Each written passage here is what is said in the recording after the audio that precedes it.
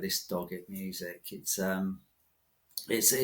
a genre of music I absolutely love, and as I've got older, I've sort of returned more to the music I listened to in my youth. And I don't know whether you've listened to any of it or not, but it's got that new wave punk style, which Yeah. and also there's a lot going on in the world, isn't there? And there's a lot to absorb, and it's a frustrating time we're living in. Hmm.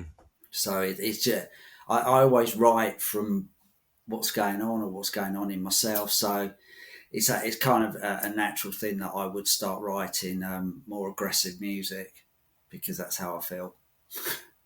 It's Yeah, not. Simon. Yeah, wow. It's been a long time. I'm so glad that Mark set us up again. It's Yeah. almost been like uh oh wait, November 11, 2022. Yeah, so 1, 2, 3 years now almost. 3 years. Do you know? I can't believe that. It feels like 8 months ago, and it just shows how quickly how old we're getting so quickly. So you got to make the most of it. Yeah, that's true. And I noticed that you now dog it. Yeah. Doggett is the name Doggett. I write novels and fantasy novels, and it's a character out of one of my novels where it's a creature called a Bella, and these Bellas are all but good, and but when they fail in a quest, uh, darkness enters them. And Doggett was unfortunate; he failed in a quest. Doggett was one of these little Bellas. He fell in a quest, so he went from good to extremely bad. And I was just thinking of a name for the music I was doing, and it felt like I'd felt like I'd gone from good to very bad. So it just fitted. Yeah, I'm still Simon Whitworth for certain songs, but Doggett for the punk rock. And are you leaving GI Orange behind you, or is that still part of your life? Oh no, I left that behind years and years ago. Yeah, I left that. Oh crikey! We've last got together in 2015. So and nothing will happen. Well, if it were to happen, I wouldn't be part of it. So I'm quite happy with where I'm at. Yeah, Wow. yeah. Well, sort of, it's really nice to see you again. Everyone, thank you for joining us to another podcast. And we're welcoming back Simon Whitworth, who used to be part of the 80s sensation GI Orange, which took by storm. But now we have a new Doggett, Doggett music. Do you know? Doggett sounds. It looks better written down than it sounds. Okay, so when you see the imagery, it really makes sense. But when you just say Doggett, it sounds a bit weird. But it's like anything; you'll get used to it. And you're from the Isle of Wight, right, as well? Yeah, I am now. That's where I'm living now, and it's beautiful weather here today. In fact, it's extremely hot. And but I was from Watford, just outside London originally. Well, I grew up in St Albans, which is beautiful. I don't know. Yeah. Well, I don't know what it's like now. It's probably declined like the rest of Britain, but the Isle of Wight's a safe haven at the moment. So, for people who don't know who Simon Whitworth is, could you give us a little bit of a background of where you grew up and what happened and what brought you here?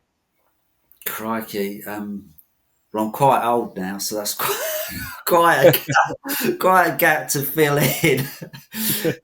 Well, I grew up in St Albans. Um, I had yeah, my childhood was great outside. We were. I grew up with two older brothers. We got in a lot of trouble as kids do, little boys do. I got sent to boarding school to get me out of the fold, and came back from boarding school, formed a band with my two brothers and a chap from Gary from Luton, and we became GI Orange. Signed to EMI when I was 17. Left EMI, signed with CBS Sony, got taken to Japan, sold millions of records. The band folded when I was 21, 22, unfortunately, uh, not with wealth behind us. Can we say that? And life was a bit of a struggle. Um, I could go into depth, but it's too depressing. Um, and then in my 30s, I had my own business, and it was great, very successful. And then that fell into problems. Then at the age of 40, I moved back into the Isle of Wight, and just threw myself back into creativity. Wrote novels, wrote musicals, wrote for other people, write for myself. I just can't stop doing music. It is my utter passion. In fact, without creativity, I don't know where I'd be. It got me through alcoholism. It's got me through various addictions. It's just everything. Without music, I really don't know where I'd be. Without creativity, not just music. Yeah. And music envelops your life, even currently. Like if you could, you'd fill up your whole house with guitars and musical instruments if you could. It's just everywhere. I think when you're young and everyone wants to be a musician, everyone wants to be a rock star, whatever. But as you go through life, you see these people drop off; they fall into normal life, and the people that really it's part of their psyche. Are people like me, you just can't stop doing it. It's an addiction, and but it out of all the addictions I've had, it's my healthiest one. Well, let's hope so. Anyway, you know, it's all right. It's okay. I wrote a song on the new punk album about addiction, called "Chain of Gold," and it sort of explores the human psyche. We are, as a being, we are so addicted to absolutely everything. Even people that say, "Oh, I could go out and have one drink," but they'll go home and eat a gallon of a ton of chocolate. We've all got something that we're addicted to, so no one escapes it. We are all addicted to something, whether it's coffee or whatever, and sex, whatever. We are all addicted to something. TV, internet, phones. That is just a part of the human psyche. So when we have addictions that turn out to be destructive, it's no surprise, really. Well, not to me, it's not. Know what you mean? Addiction can be anything, even Yeah, hockey, sports. yeah, People can exactly. be addicted to working out. Yeah, yeah.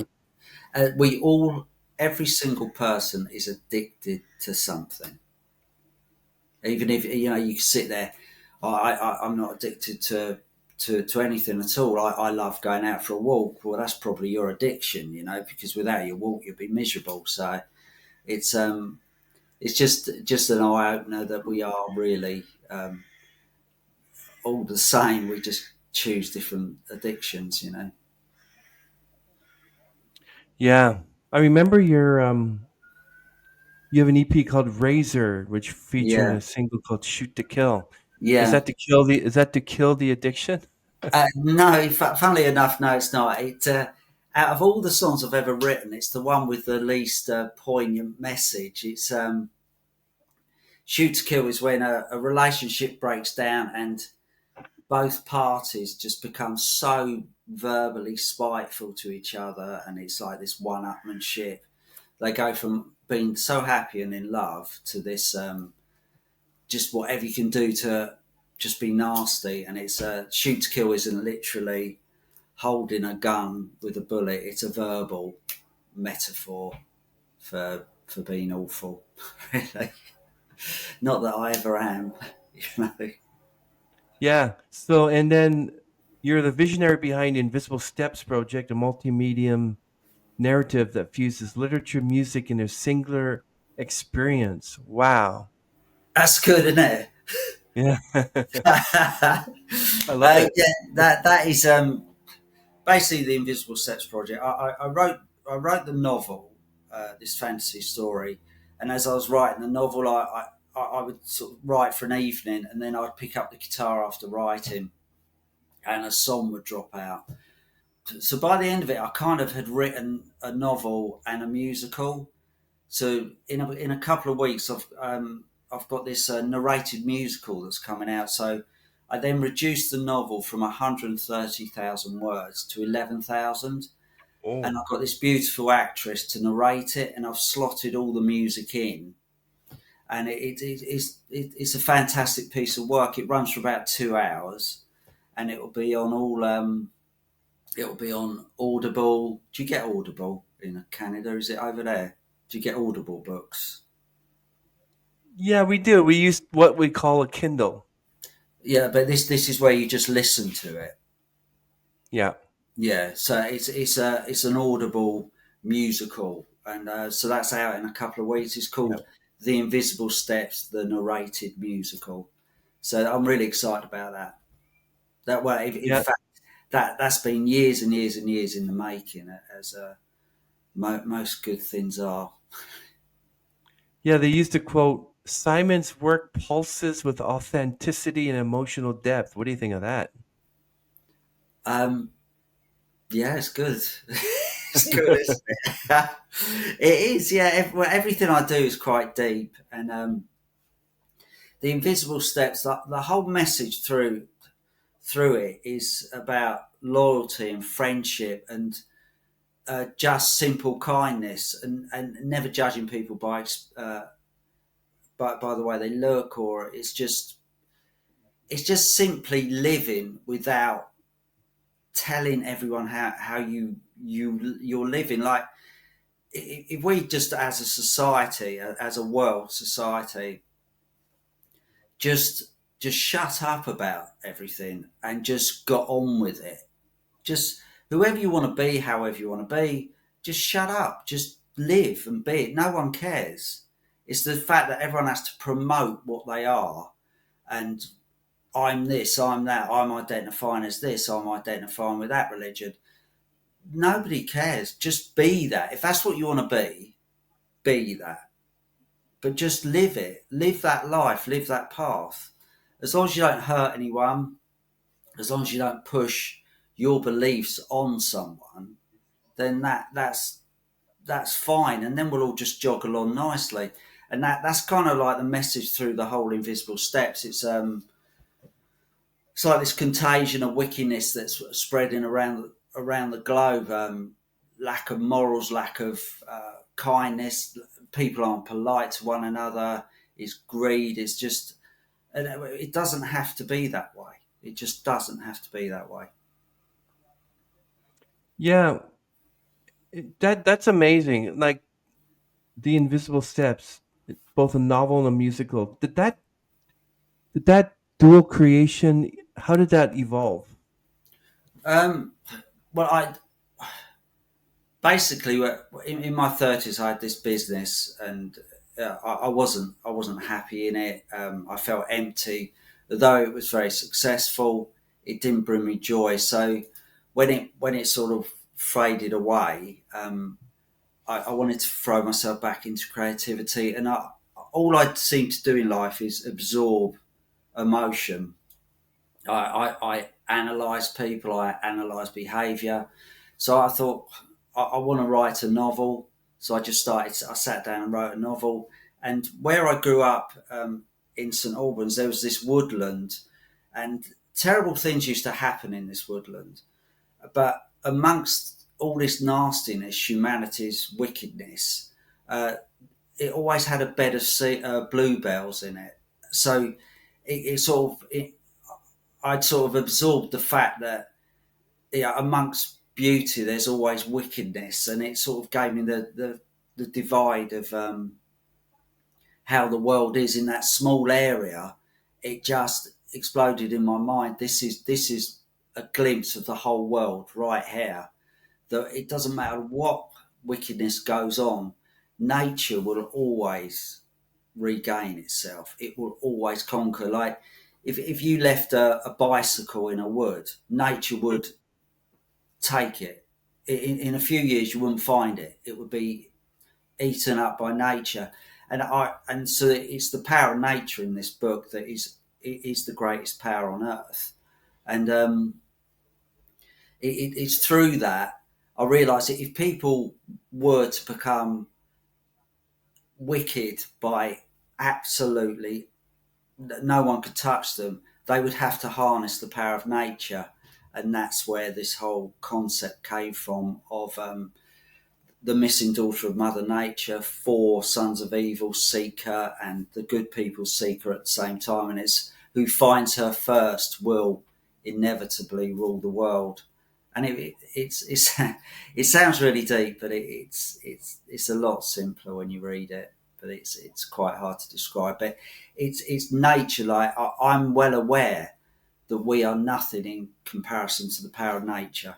So that's what it's about. But within this battle, as I say, it's all about friendship, loyalty, just looking out for each other and caring for each other and just not being horrible. I mean, they still laugh, they still joke, they're still funny people, but they're just not horrible for the sake of being horrible. So that's the sort of message through. And so there's two messages: be kind and respect nature. That, Exactly, Simon. I know that Razor was recorded in just 2 days. How did that intensity influence the sound? And what about Invisible Steps? Was that done in a matter of 2 days as well? no, the Invisible Step, no. The Invisible Steps has been a project over 18 years. Oh, Uh, wow. yeah, it's writing a novel, reworking the novel, publishing it, writing the musical, rewriting songs for the musical. It's a lot more in depth, but the other stuff I tend to do, I do like to work quickly in a studio. Um, like when I'm putting down the bass, I would expect it done in one or two takes. Same with vocals, same with guitars. If you have to work at something too hard, in my mind, it's possibly not the right thing to be doing. Like good pop or punk or new wave music should happen in an instant, and you shouldn't overthink it because it's only music. It's not. It really isn't that complicated, you know. Because I'm not musically trained, so I keep everything simple. Do you think that your time in GI Orange shaped your musical identity today and your Uh, fame in Japan, or is that totally different? it made me realize what I didn't want to be. Hmm. So I didn't want to be in a pop band. I don't want to make pop music. Um, I want to write and be part of something that has depth. And I could never be who I am today if GI Orange had carried on. So I'm Hmm. grateful for the time because it was an amazing experience. Um, but also it gave me the unfortunate high to an Hmm. immense drop, and I don't think it's hard to recover your life from that. I mean, fame is so destructive unless you can maintain it through.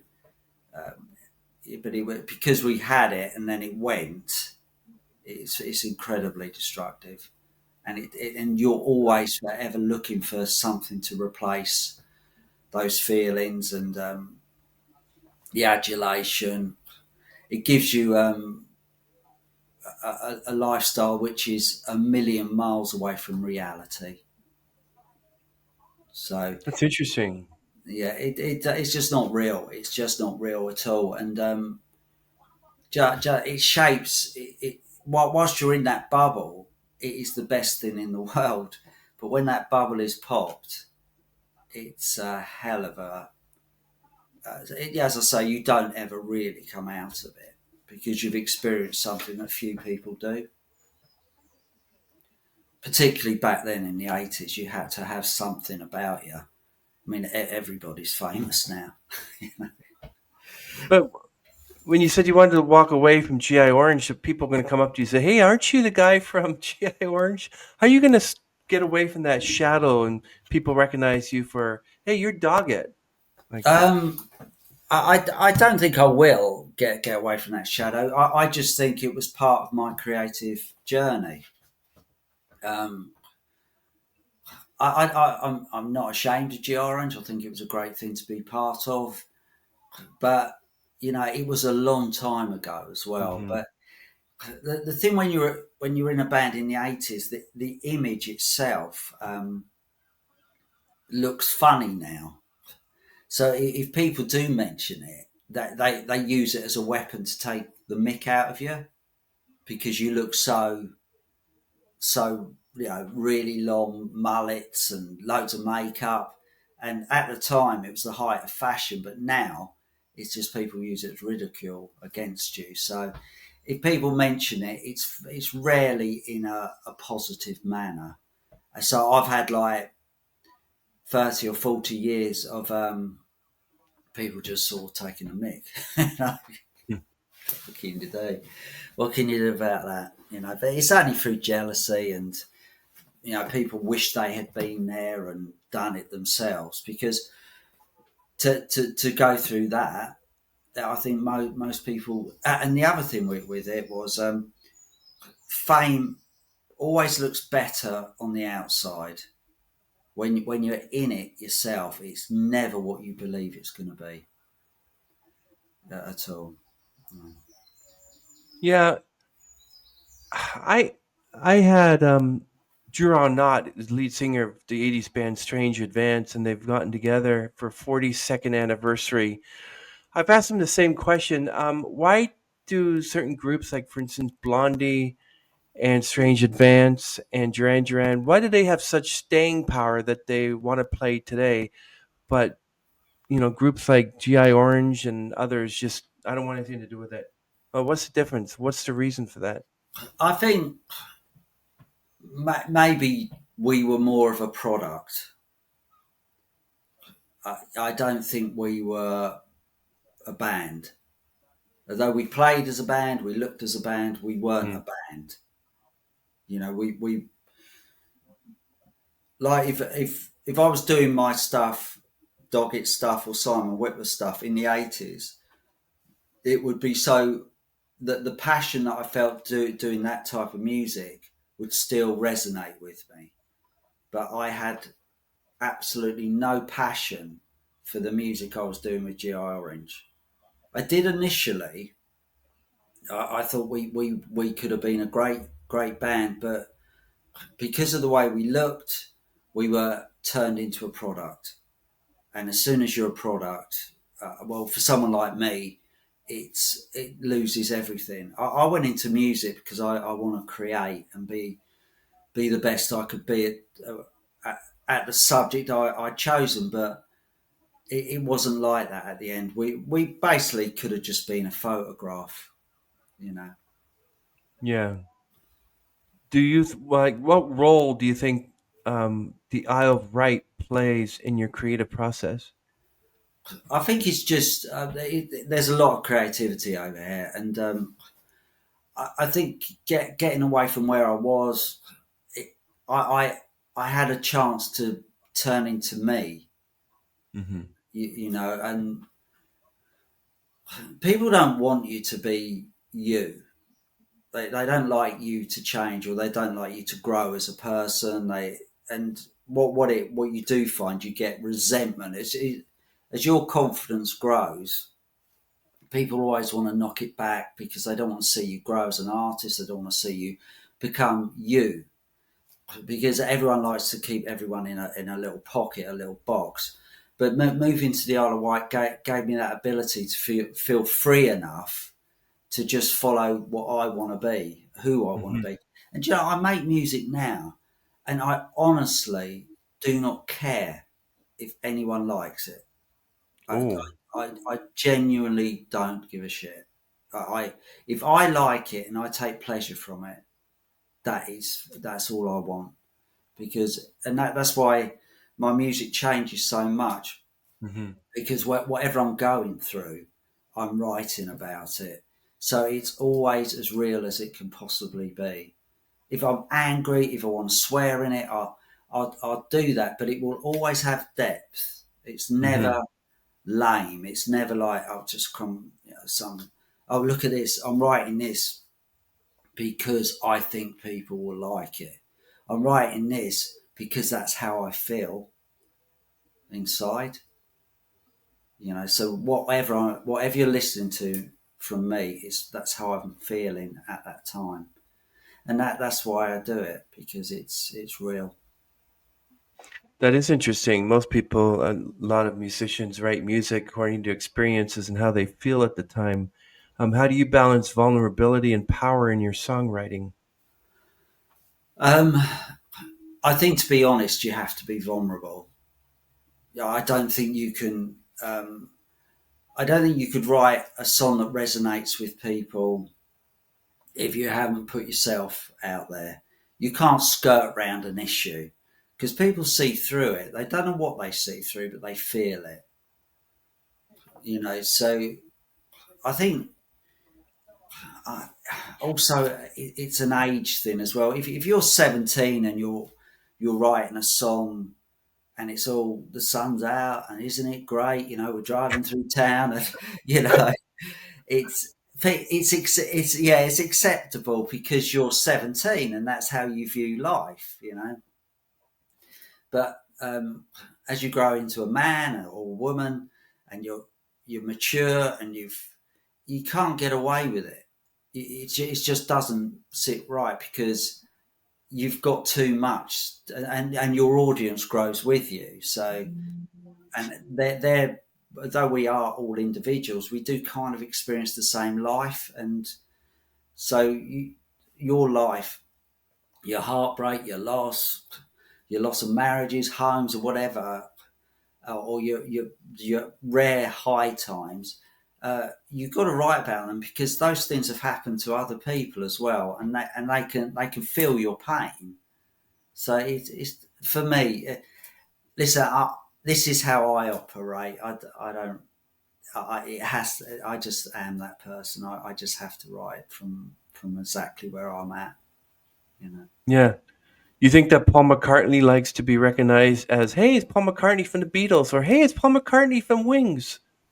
Like, Um, I should think he's. Well, I don't think he'd mind either, because they were both great, weren't they? It's like, the Beatles were amazing and Wings were amazing, and Paul McCartney's okay. I think he probably wishes he could write like he used to. mhm. Because I think he has dried up a bit. But if I'd written as many great songs as him, I wouldn't mind. Or one great song like his, he's incredible. Yeah. So, what about you, Simon? Do you think what you think comes first for you, lyrics or melody? Uh, they tend to arrive at the same time. Um, Certainly, the first verse and chorus arrive at the same time. Uh, like I would just pick up the guitar, and which I have handy there. So this is like, I was writing a sad song, and this literally fell out at the same time. So, trying to build a castle to keep you safe. I stood at the gate, Wow, I love the vibrato. but the walls they crumbled, Oh my and God! Wow, darkness fell, beautiful. and you slipped away.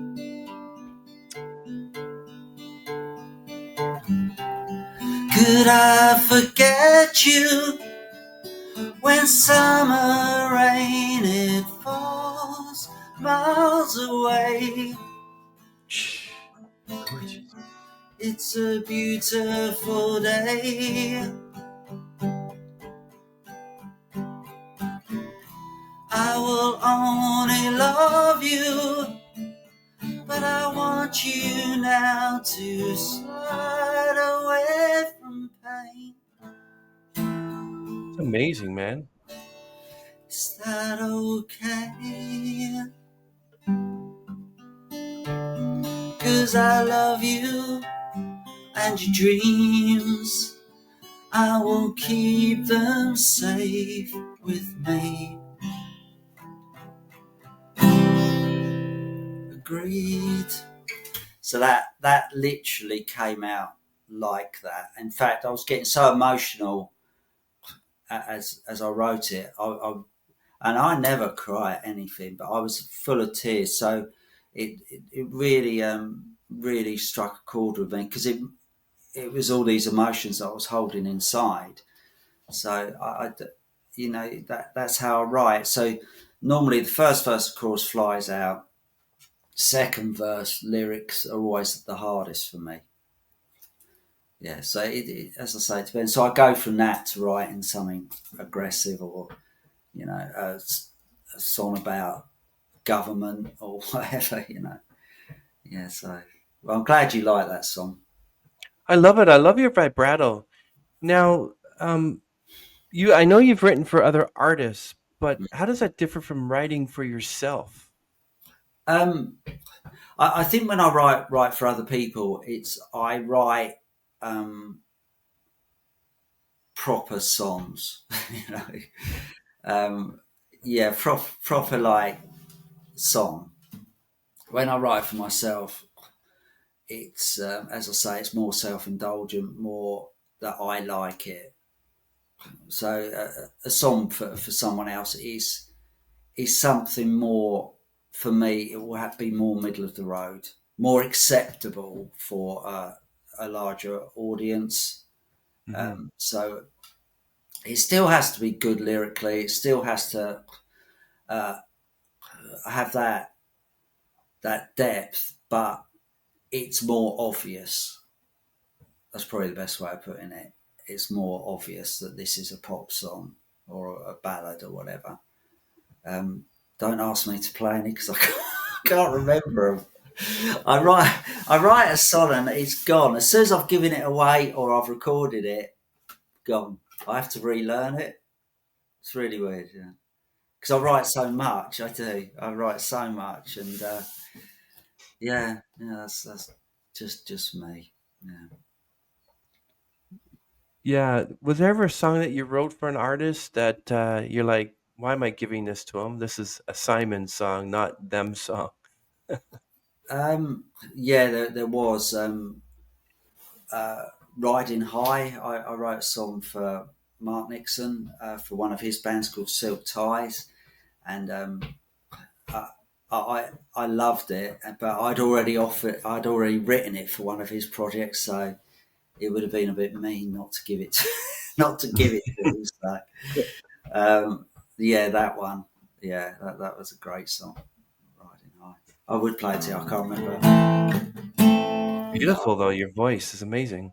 I love Oh, the vibrato. It's just gorgeous. That's what they say. oh, thank you, thank you. It's that's the Simon Whitworth genre, and the punk genre is very different. As you know, Mhm. if you listen to Rise, that's a more that sort of chesty.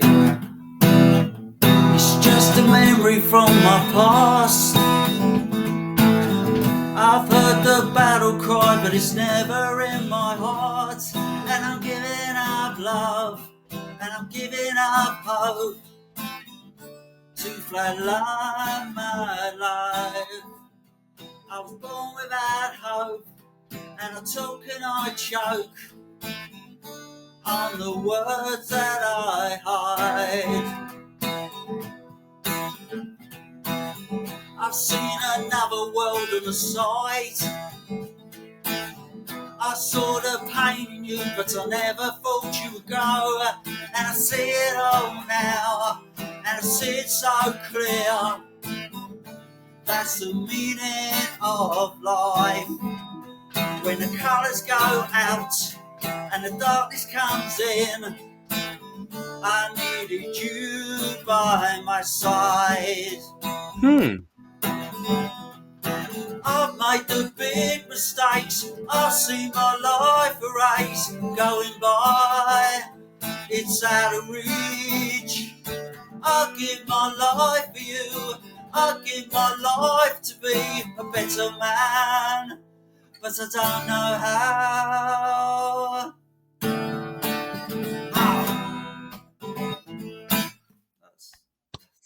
It's just Excellent, man. style. Wonderful. I can let go with that more. I prefer When that. when does the title to the song come to you? Because I've talked to artists and they said that they only have to just say, "I want my title to be It's Sunny Out," and they'll write a whole song around that title. How do you do it?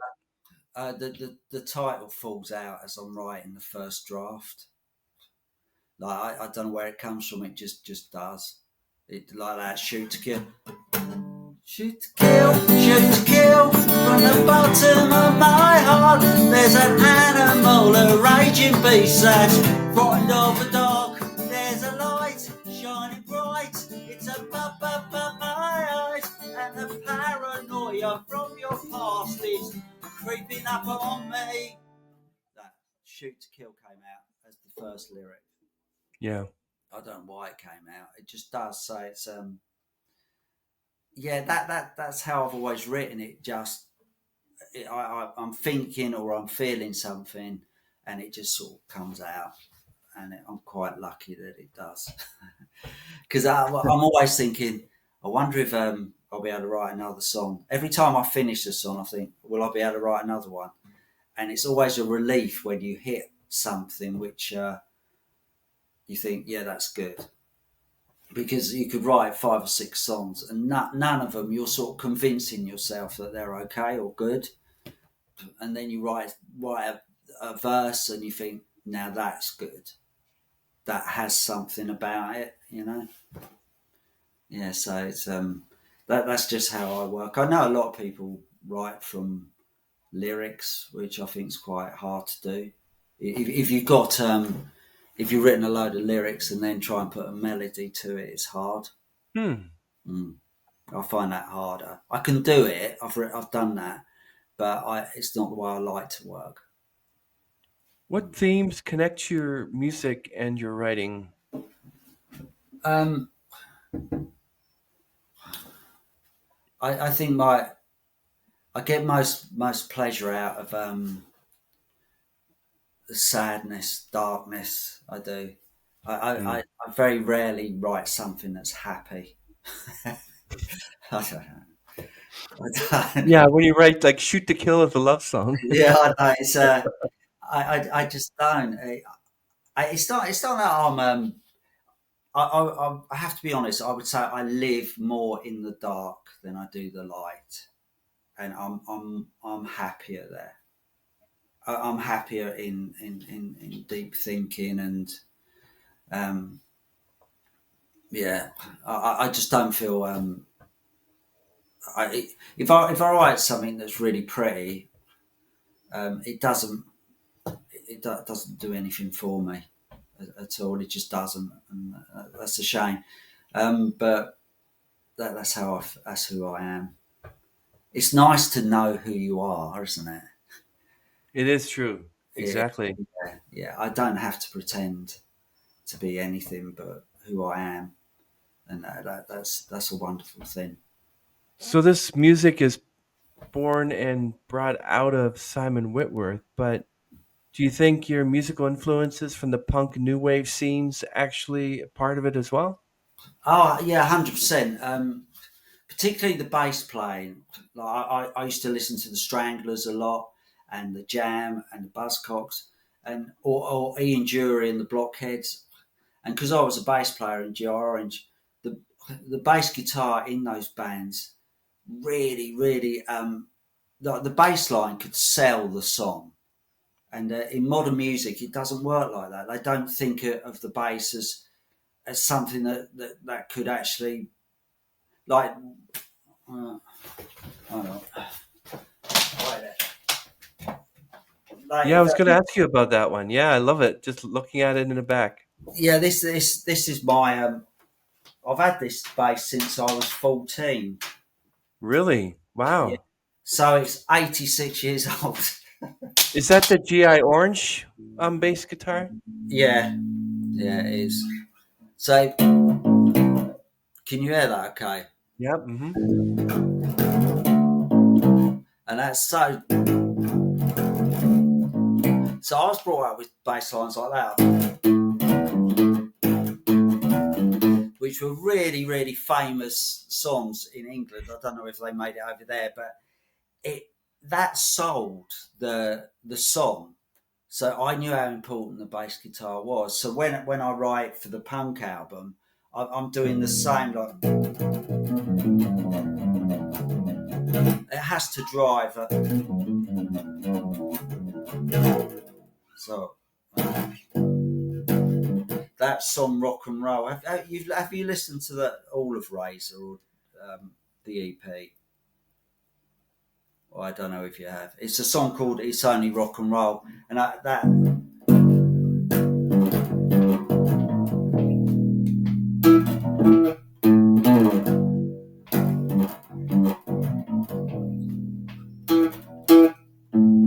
See that I started writing that, and then I wrote the song. So it came first. So the bass has such a big deal in this punk stuff. It's yeah. It to me it is the foundation of that whole Doggett stuff. I write a lot of the bass, and then I write a song around a bass line. Where everything else I just pick up the guitar and write, but with the punk stuff I tend to do the bass first, and then get a feel from what I'm doing on the bass, and then start writing a song around it. So How much of Simon Whitworth? I know that's kind of weird question, but how much of Simon Whitworth is in Doggett? massive amount. It's just I think what Doggett is. I've buried years and years and years of utter anger and frustration and wanting to explode, but being a decent human being, you bottle it all inside. But I couldn't anymore, so I just wanted to get it all out, and just yeah.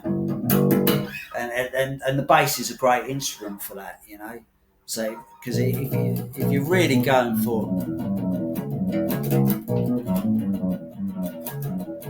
so that's the bass line. So I was doing that, and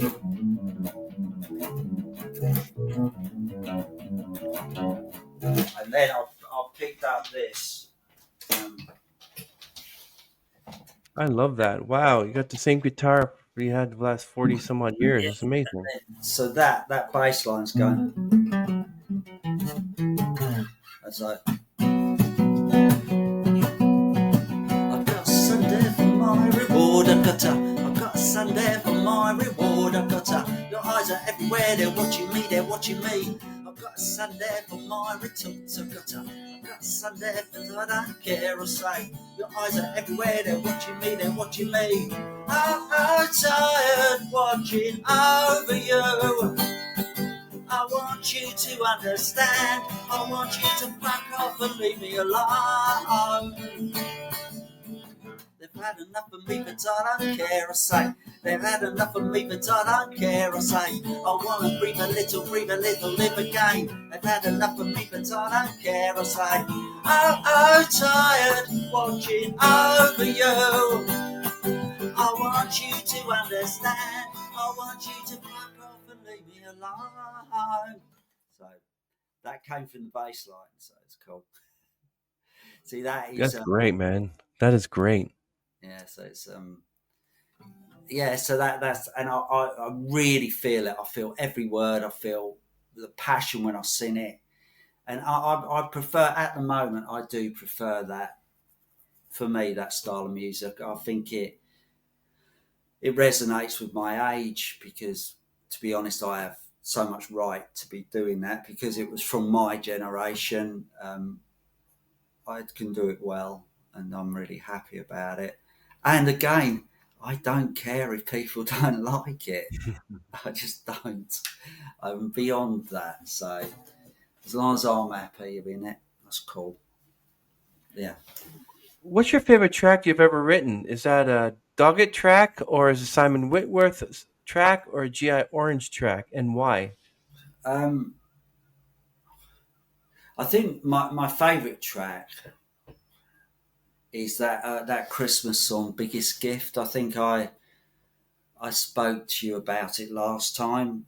Yeah, It, loved it's it. it's a perfect song. It's not it's not trying to be anything but a Christmas song, but the sentiment of look, as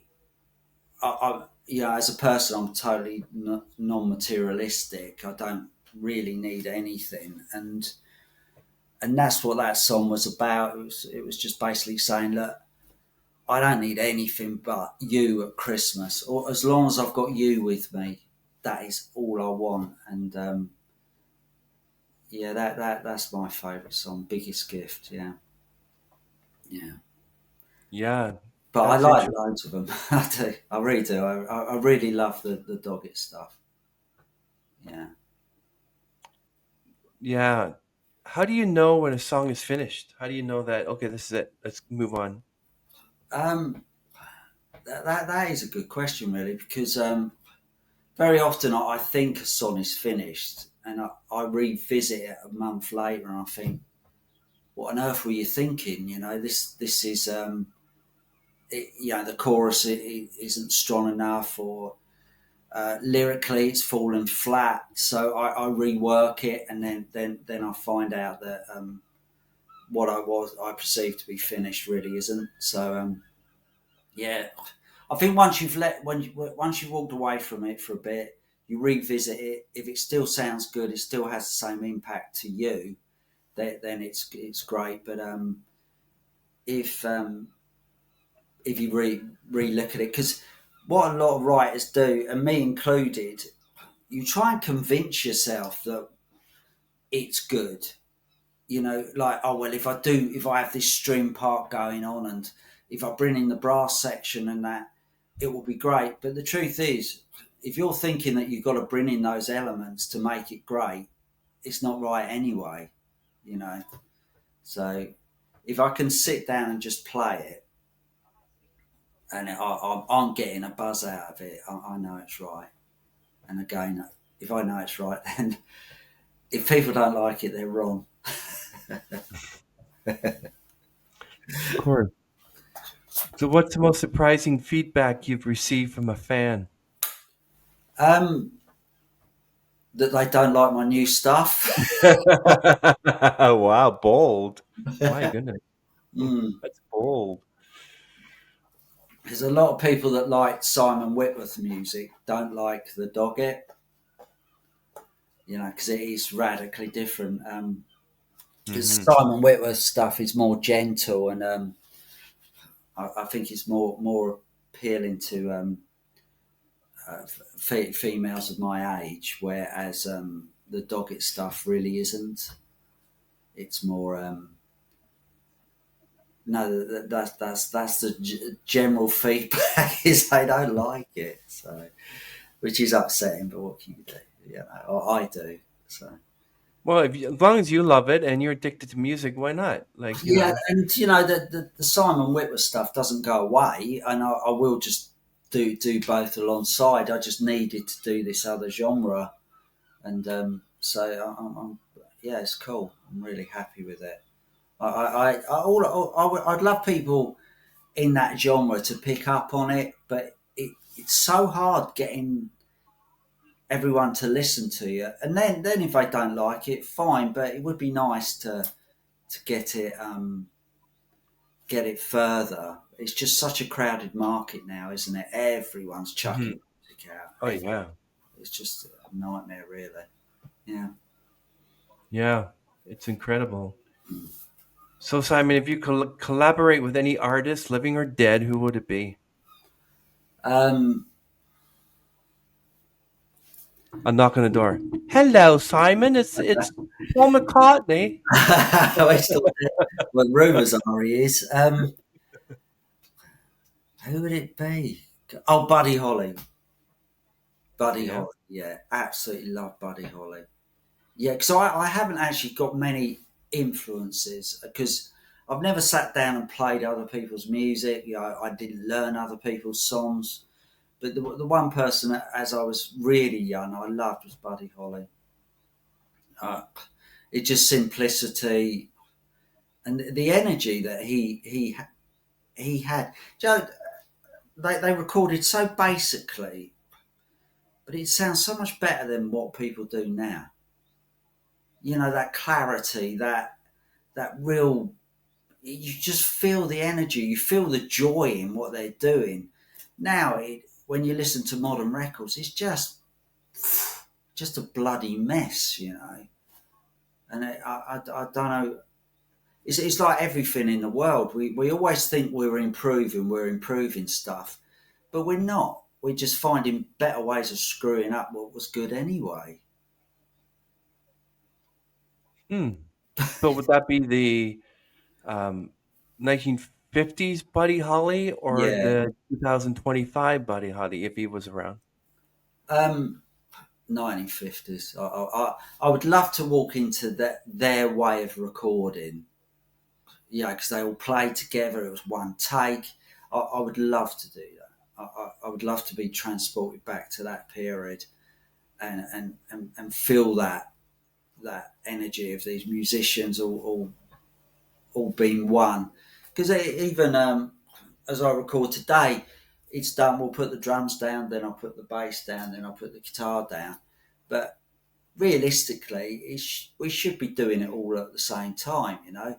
But the problem is the modern ear, yeah, the modern listener wouldn't really adjust to they'd think something was wrong, you know, because everything's so clinically tight, and it doesn't have to be.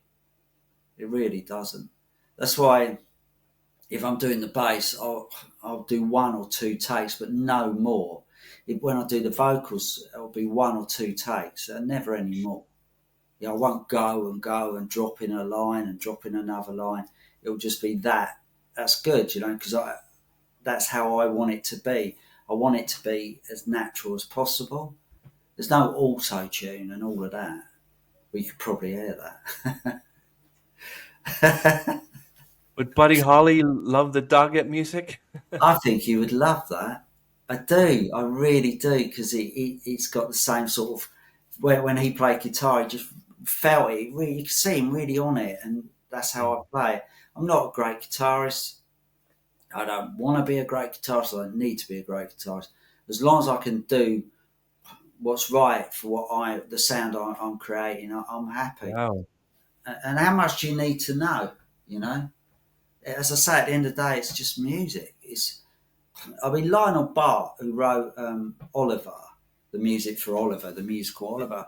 Yeah. Yeah, he had notes on his piano, like written down, and it's the simplicity of music that makes it great. You know, it really is. And I just think it's got too complicated. It's been made too easy to do things, and right when you watch like YouTube or Instagram, it's got kids going like this. You know, it's all very good and flashy, but the truth is that they're mimicking. Everyone's just mimicking. Hmm. No one's creating. Reason that our generation and generations before was so creative is because we didn't have anyone to show us how to do it, so we found our own way. And by finding your own way, you create something new, you know, and that's what's gone out of creativity. Because if someone wants to know how to do something now, they'll just Google it, and someone will come up on YouTube. This is what you do. So basically, everyone's doing the same thing, you know. Hmm. So it's by default that you become creative. It's by not. It's like if I was to try and paint a Constable painting, it wouldn't look anything like Constable, but my interpretation of Constable would be my creativity, you know, because no one's teaching me how to do exactly what he did. Yeah. So and Yeah. it's the same with music and bass parts and guitar parts. It's that picking it up and you're getting with your mates in the garage and you're trying to create a sound, not knowing how everyone does it, and then you fall onto this sound which is yours, you know. So anyway, That's my That view. that's true. Like, how do you stay creatively energized across so many mediums? Um, I don't know. I just seem to have a lot of creativity in me, and I've I think when you consciously just make it your life to be that person, I think it gives you, because just gives you time to be. Like I'm creating 24 hours a day because that's what I've chosen to be. Is creative. So I don't consciously think, oh, I'm going to write a song for Doggett or I'm going to write a song for Simon Whitworth, or I do consciously think I'm going to write a song for someone else. But there's plenty of time and there's plenty of sides to a human to pull on these different. Because all you're doing is, because we've all got anger, love, softness, kindness. We've all got it in us. All you have to do is learn to tap into each individual part when you're creating. Hmm, You know, because if I was writing a love song, I wouldn't tap into my anger. that's true. It wouldn't sound much like a love song, would it? Uh, yeah. So, would Doggett ever use, or Simon Whitworth ever use AI generated music? No, absolutely not. I no, I just can't. I think it's one. I don't need to, and what's the point? What if it's not you? What what is it? What it literally you're doing it then to con everyone to in believing that you're good at something. Yeah, that's like entering a marathon and getting on a motorcycle halfway round, getting off it and running to the finish line and being awarded the medal. That's true. That's what AI would be. Hmm. In my mind, it's just crap. You know, Oh, I got the sun right in my. I can see that. Yeah. Oh well, everyone's sun is just coming my way, so it's not like I got a stripe on my face. I was going to ask this closer question. Um, if a Now hear me out. If a musician walked up to you and said, "No," if let's do that again. If an up and coming musician walked up to you and said, "I want to do what you do," but I'm going to ask this question instead, without the roosters. Um, what advice would you give to your 16-year-old self just starting out in GI Orange? um, don't join GI Orange. Wow, that blows me away. Why? Really? Wow. Yeah, I just think it was the worst thing I could have done as for me as a young man, because it was at that time where I so wanted to be an individual and I wanted to be me. Mm-hmm.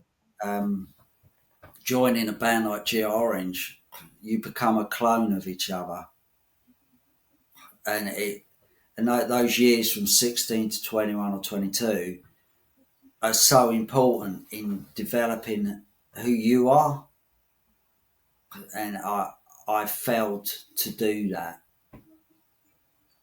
So for my own sanity and for the person I should have been, or I've been struggling to find ever since, yeah, I would say don't follow your own path.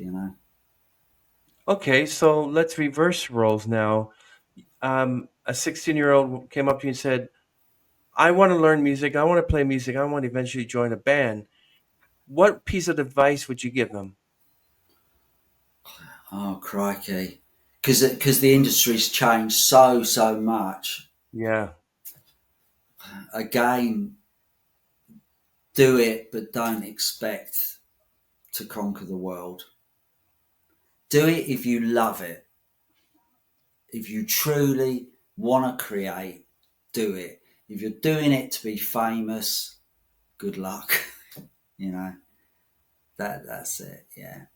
if you want to create and you want to be, if you're doing it to be you and authentically you, give it everything. If you're doing it for fame, don't bother.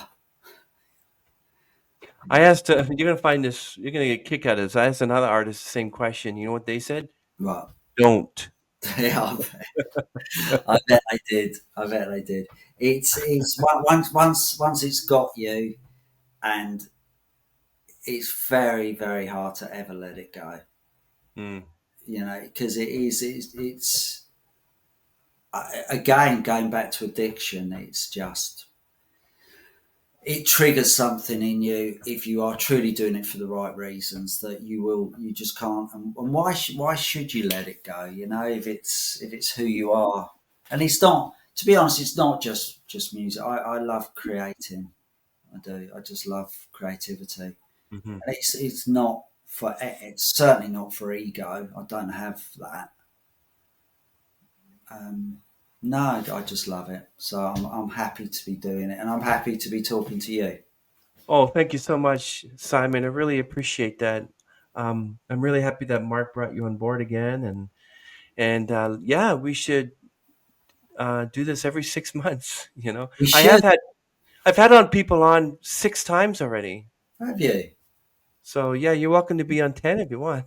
All right, cool. Sounds No, I great. appreciate that. So, yeah, no, thank you very much. You're very welcome.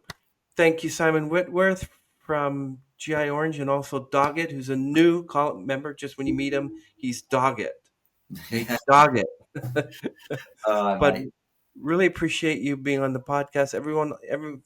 Everything relating to Simon will be linked down below in the description, his new music and Doggett and everything. Thank you, Brilliant. Simon. Really appreciate this. Let's try to update ourselves maybe in 6 months or so. It'd be awesome. I feel Yeah. like a dentist. Come back in 6 months. No, Thanks, that'd be Simon. great. We'll do that, So definitely. wait right there. Cheers. Thank you very much. Bye. Yeah, Bye. wait right there. Surely there's something else you want to do.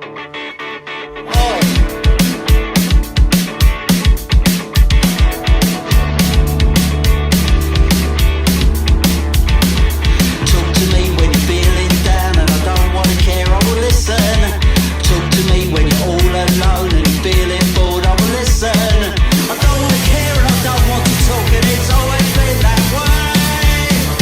Shoot to kill, from the bottom of my heart. There's an animal arranging B-sides. I bought off the door.